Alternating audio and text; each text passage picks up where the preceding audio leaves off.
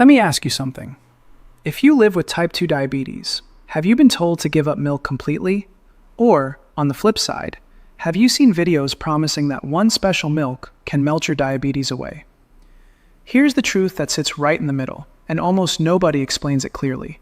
The wrong milk really can spike your blood sugar, but the right milk, taken the right way, can actually help you keep it steadier. No milk on earth will reverse or cure type 2 diabetes. Anyone who tells you that is selling something. But choosing wisely at the milk aisle is one of the simplest, cheapest changes you can make today. My name's part of a small team that does one thing. We read the published research on nutrition and metabolic health, and we translate it into plain language for real people. No hype, no fairy tales. And the science here genuinely surprised me.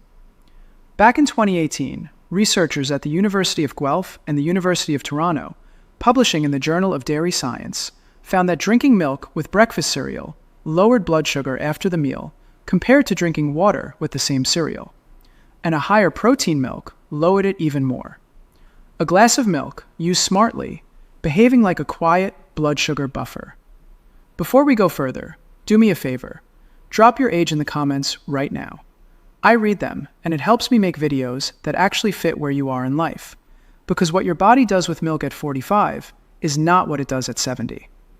Today, I'll walk you through the 5 best milk choices for blood sugar, ranked from a solid, dependable option all the way up to the single most powerful approach the strongest clinical trials point to. And that number 1? It isn't a brand, and it isn't exotic.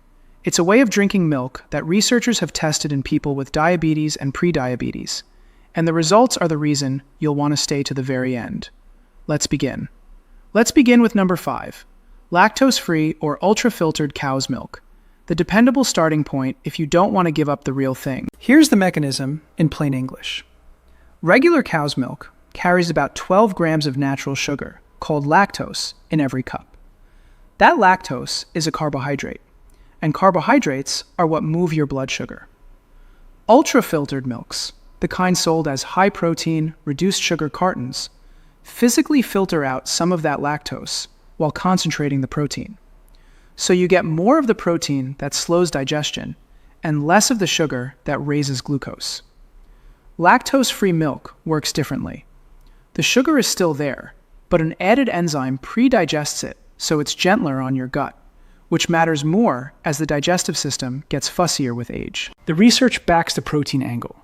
That 2018 Journal of Dairy Science work from Guelph and Toronto showed higher dairy protein milk blunted the post-meal glucose rise more than ordinary milk.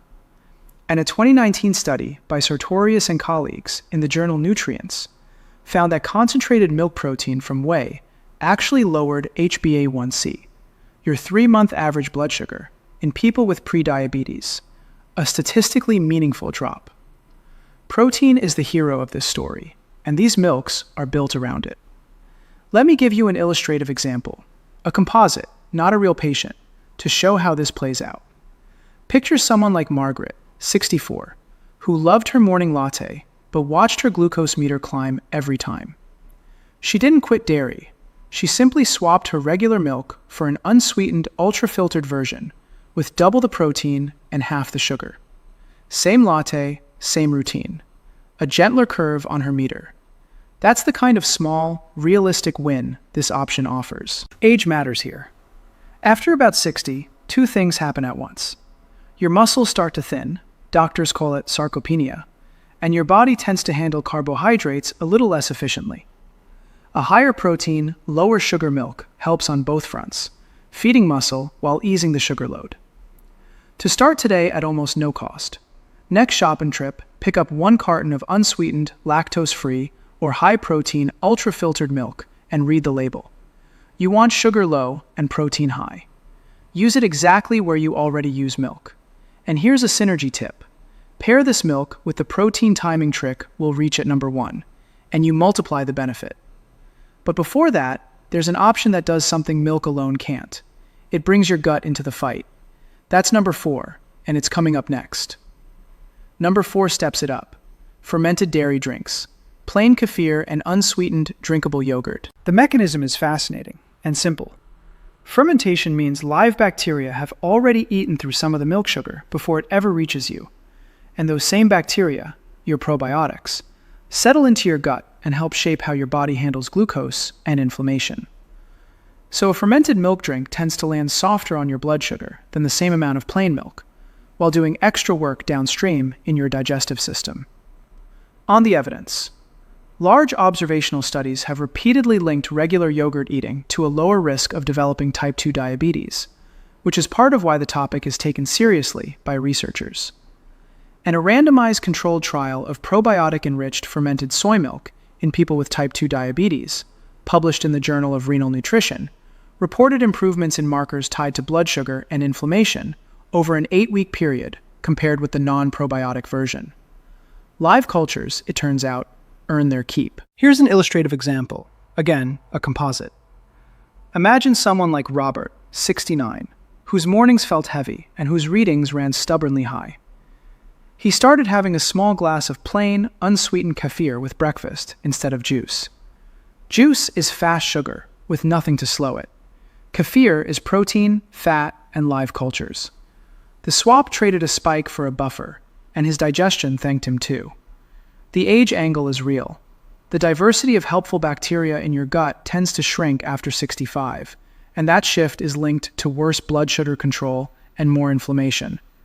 Fermented dairy is one of the easiest ways to feed those helpful microbes daily. Start today for almost nothing. Buy plain, unsweetened kefir or a natural drinkable yogurt. The ingredient list should be short, with no added sugar, and have a small glass with a meal. The word to hunt for on the label is unsweetened, because flavored versions can hide more sugar than soda. Synergy tip. Fermented dairy and the high-fiber pairing we'll talk about feed each other. Fiber is food for the very bacteria you're adding. But if dairy doesn't agree with you at all, the next option skips it completely, while staying remarkably low in sugar. That's number 3. Number 3 is the lightest option on the list, and for some of you, it'll be the easiest win. Unsweetened almond milk. The mechanism is almost embarrassingly simple. Almond milk is mostly water, with a little ground almond, so it carries barely any carbohydrate, and carbohydrate is what raises blood sugar. Unsweetened almond milk has less than 1 gram of carbohydrate per 100 milliliters, compared with roughly 5 grams in semi-skimmed cow's milk. Less sugar going in means less sugar to manage. The catch is in that one word, unsweetened, because sweetened and flavored almond milks can carry as much added sugar as a soft drink. On the research, nutritional analyses consistently rank unsweetened almond milk among the lowest carbohydrate milk choices available, which is why diabetes dietitians so often reach for it first. A 2023 systematic review in the journal Nutrients, examining plant-based milk substitutes and blood sugar response, concluded that low-carbohydrate options like unsweetened almond milk have minimal impact on glucose. Useful, though the authors rightly note we need more long-term human trials. Here's an illustrative composite example. Think of someone like Susan, 58, who drinks 3 coffees a day.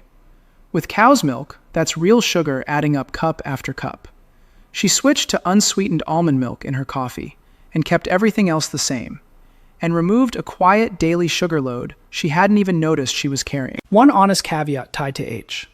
Almond milk is naturally very low in protein, and after 60, your protein needs actually go up to protect muscle. So almond milk is a brilliant low-sugar mixer for coffee, tea, and cereal. But don't lean on it as your main protein source, the way you might with cow's or soy milk. Start today. Replace the milk in your coffee, tea, or breakfast cereal with an unsweetened almond version. It's widely available and often costs about the same as dairy. Synergy tip.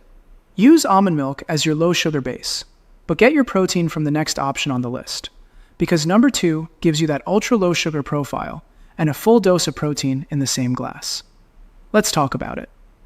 Number 2 is, for most people with type 2 diabetes, the best all-rounder in the entire milk aisle.